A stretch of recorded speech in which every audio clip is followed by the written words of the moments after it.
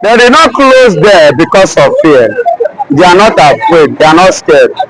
They are looking for those Fulanis. You know, the one that called has been, they have helped that one to go. They don't want any hiding place for them again. And for your information, Ebonyi State is not an Islamic state. It's a Christian state. You understand? Just take a look at the people that was murdered on Sunday.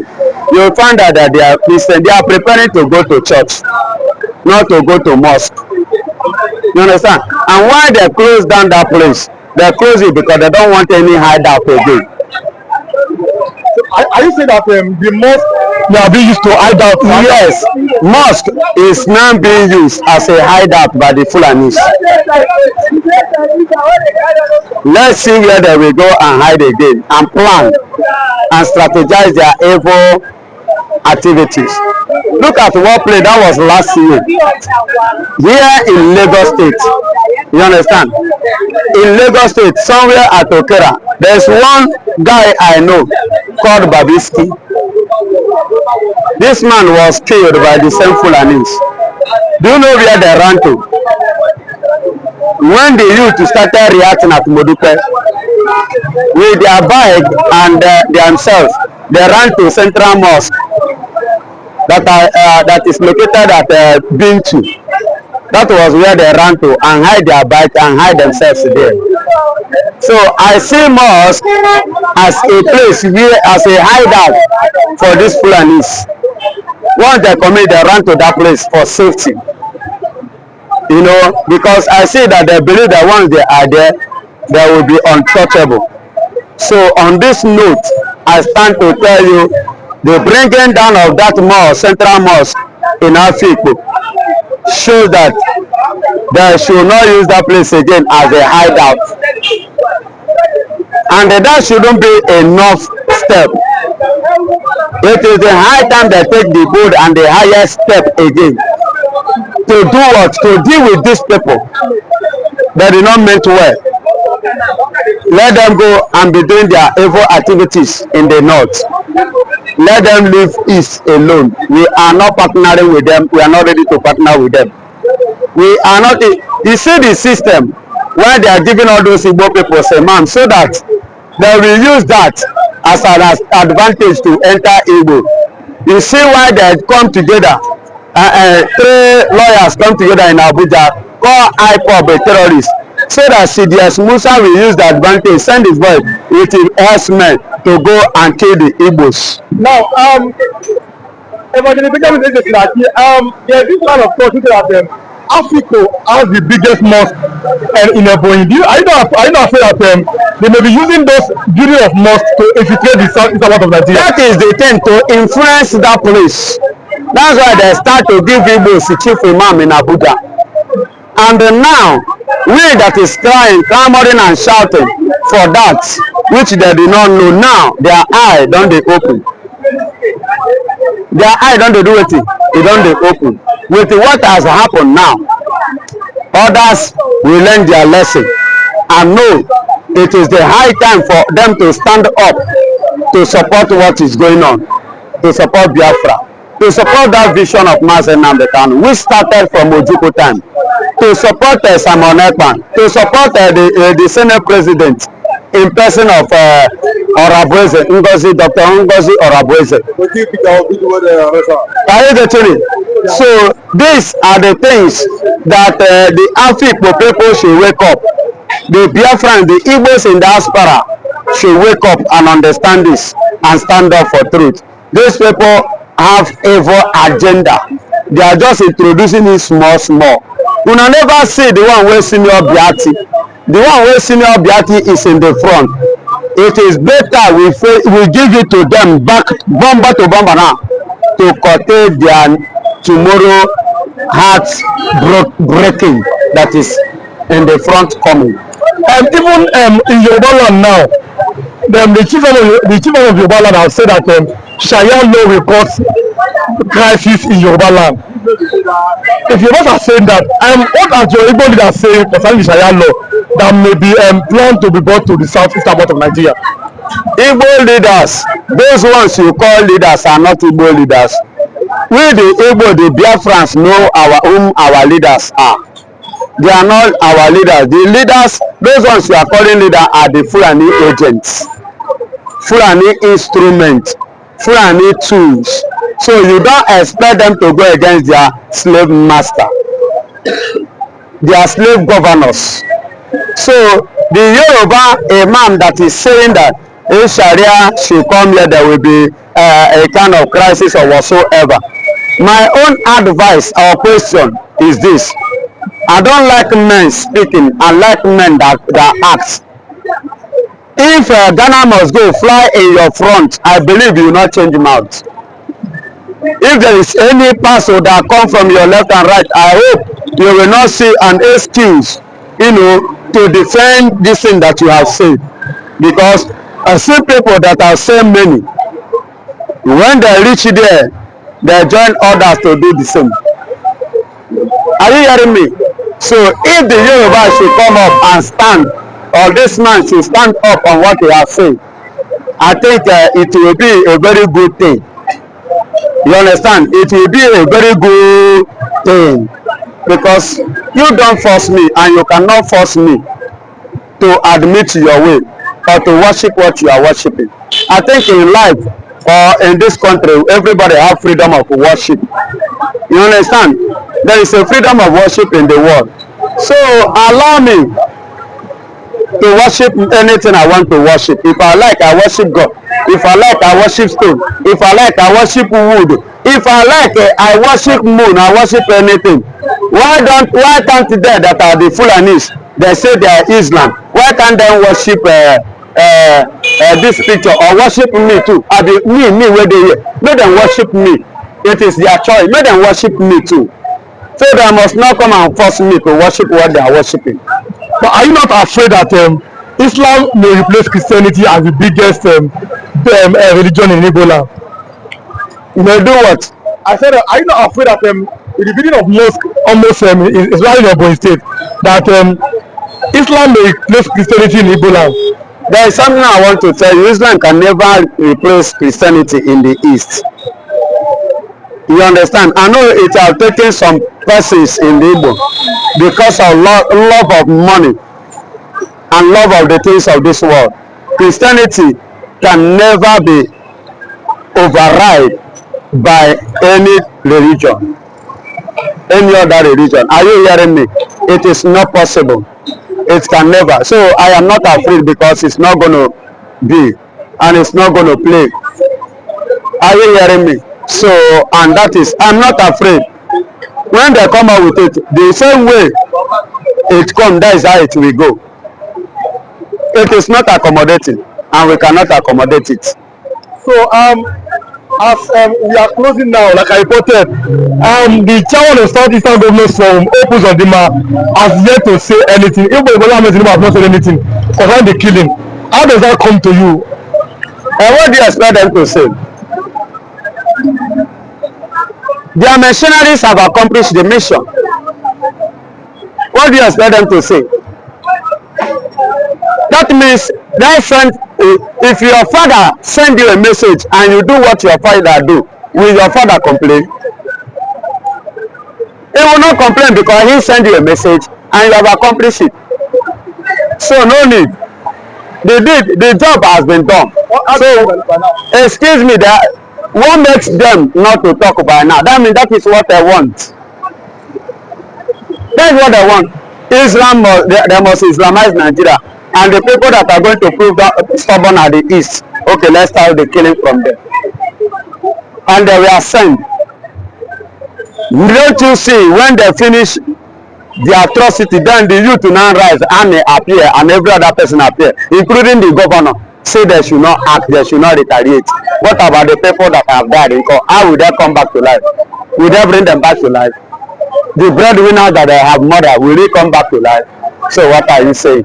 It is something that they have sit on a round table and agreed with. So, and that's my opinion. That's what I see there. That's why. Do you think that Nigeria is an Islamic country?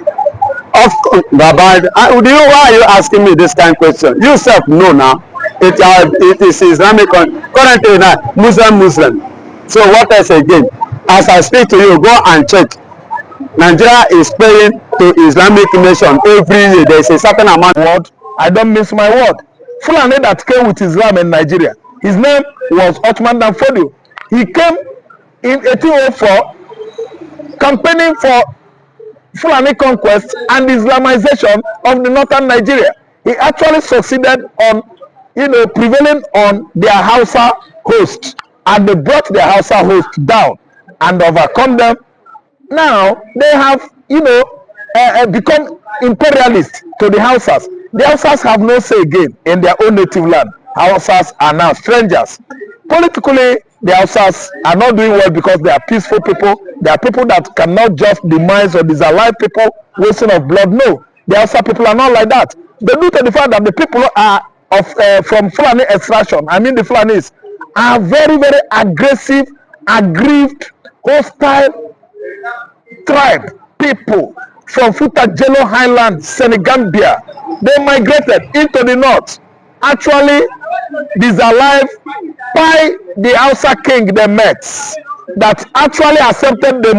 That Hausa king has accepted them in peace with harmony. They later buy him, disallow him because they are land grabbers, because they are bloodletting people, because they are very, very ruthless and wicked. So that's why they prevailed on the peaceful Hausas, and today you have seen how far they have gone, at least to destroy the north. The Fulanis has actually been occupied the northeast, the northwest, and corner with such religion that allows all manners of inhumanities of man against man. By the way, you are saying that you are serving the biggest God, the tallest God, the strongest God, the all grace, the most graceful, the most merciful, with moon and star. Yet you invite another God. You use fetish things. You use all manner of idolatrous materials outside their mosque, allowing Alpha to do all manner of incantation and enchantment. Does God order you to instruct you to incant or to enchant? Enchantment has to do with idolatrousness and witchcraft. So we Christians, we are different. We are the Igbos, and we follow the religion that our father Abraham, followed actually before introduction of Christianity in our midst. But we saw God himself come down to us in the likeness of man. That is what Christianity is all about. We saw Alhaji Emeka the other time. Alhaji Emeka, there was one, is it Mohammed Obinna?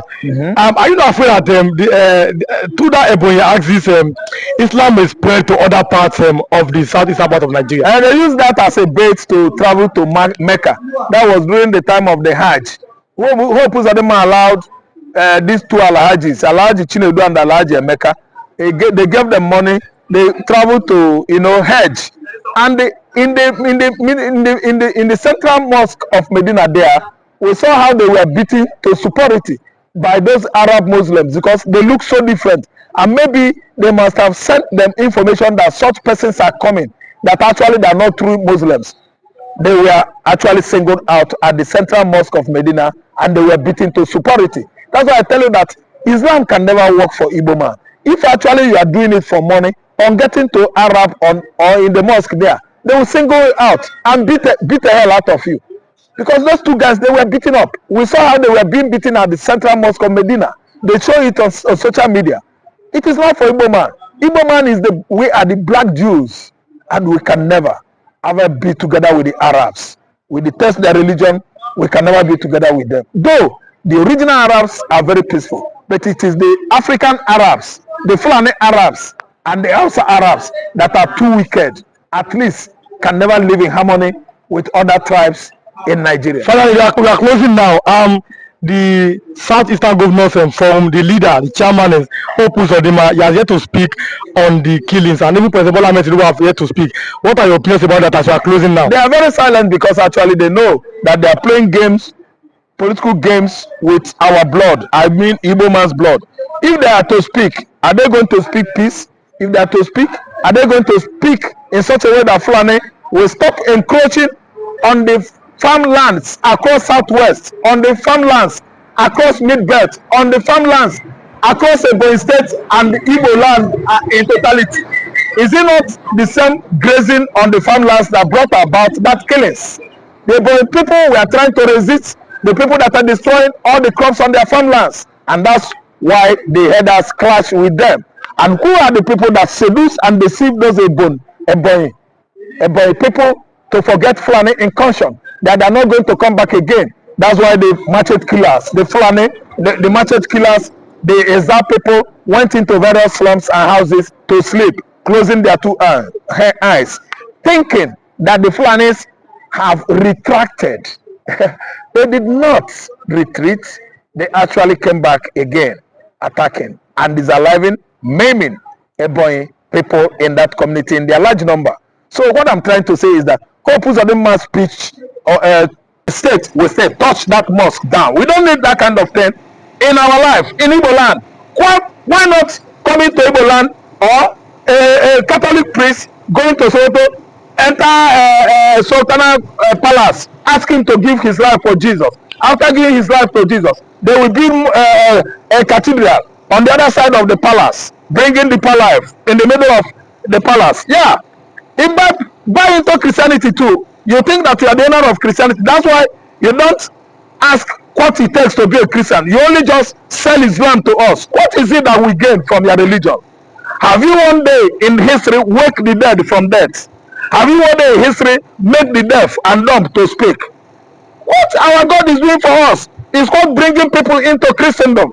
There are many people that repented today because of miracles, signs and wonder that the God of the Christians are doing for them. A Christian is a follower of Christ. Christ is Jesus himself. He is the Son of the living God. No matter what Sultana think, no matter what the Muslims, Islamic ideologies think, Jesus Christ is the Lord, the Savior of the whole mankind, forever and ever and ever. So, Mr. Arab, what could be the reason why the Ebonyi youth are now becoming, are now turning or changing to Islam? What do you think is their motivation? Poverty. Poverty kills slower than poison. I don't know what I understand. There are poison that kills slow. But when poverty comes, poverty can sell many things into your brain. So poverty can change your natural, orientation that your parents, your mom and your father gave you, your community people, your fellow Christians, that kind of orientation they gave you to endure. Poverty can change it. That's why the Ebonyi people embrace Islam, because the Fulani hegemony promised them Islamic bank. Ebonyi people are too slow in thinking. That's why they don't know that the Fulanis are danger. Danger they pose for them in their communities in Afipo. Now it has come to them. Did we not tell them as early as possible when they were building the mosque and constructing Arabic bank? Did we not tell them? Now they have come. Do you know what happened? They would like to finish and kill all the Ebonyi people and take over their land. That is the plan for that mosque. The plan for that Arabic bank. The plan for that loan from Islamic bank to the Ebonyi people to use train their people in university. But after training your children, you and their husband will be pied by the Fulani headers, and they will take over the whole farmland. That is their plan, Islamic process. When they Islamize Ebonyi State, they will occupy. As they occupy, they will enter Abia. They will be occupying. And they slowly occupying, like the night rain, they will enter Imo State. From Imo, they will grab Anambra State. No more Igbo land. But we've seen it. We foresaw it. We are seeing it. Sadano Osoto cannot survive. It cannot survive that basic. Sharia law can never come to Igbo land. They will never ever do it there.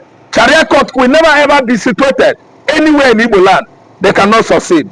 Sultan of Sokoto and his Islamization agenda of southeastern Nigeria has woefully failed. Big failure. You say that Islamization cannot come to southern part of Nigeria, Igbo land. But with the way things are going with the Ebonyi youth accepting Islam, are you not afraid that there may be these plans to bring in Islam through back door through Ebonyi? Yeah, those are called the North Igbos because their region, their geography is situated in the north part of southeastern Nigeria. So they are sharing border with Benue. That's why we call them North Igbos. then their own understanding is too low and slow.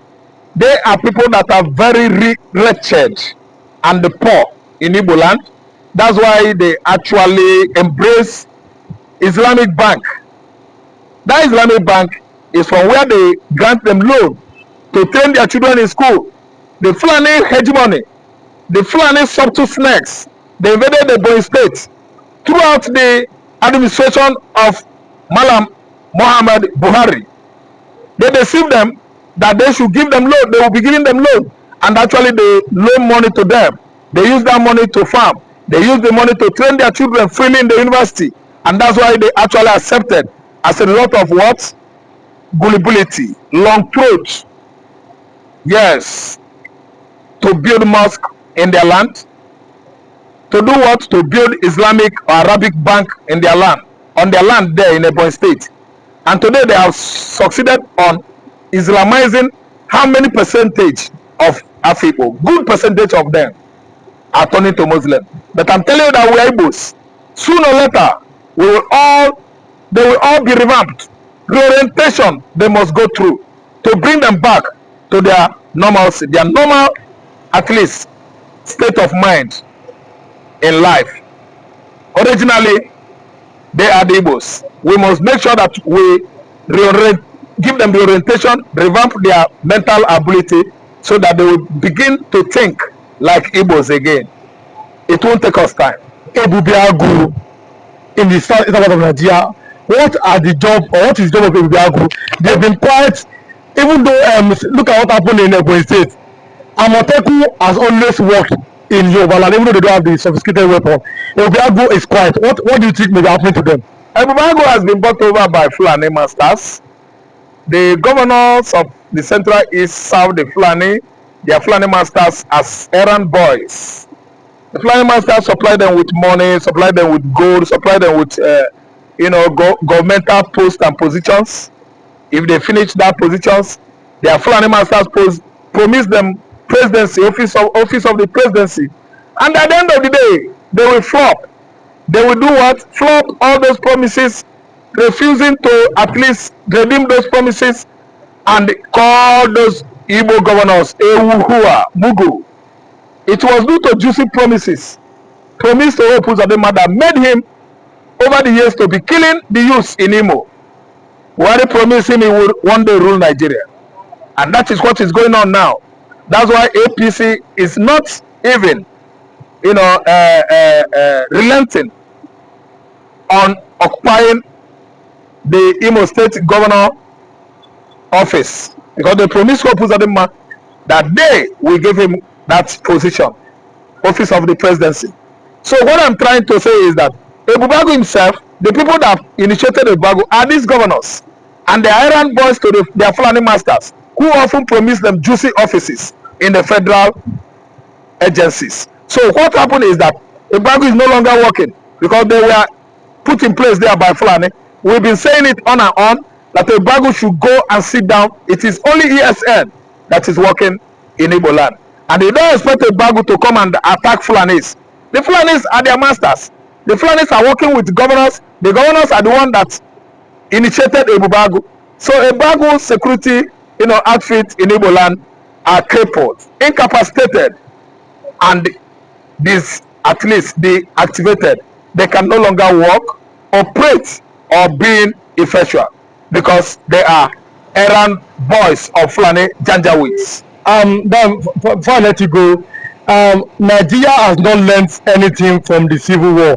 This is coming from Yakubu Dogara, former speaker of the House of Reps in Nigeria.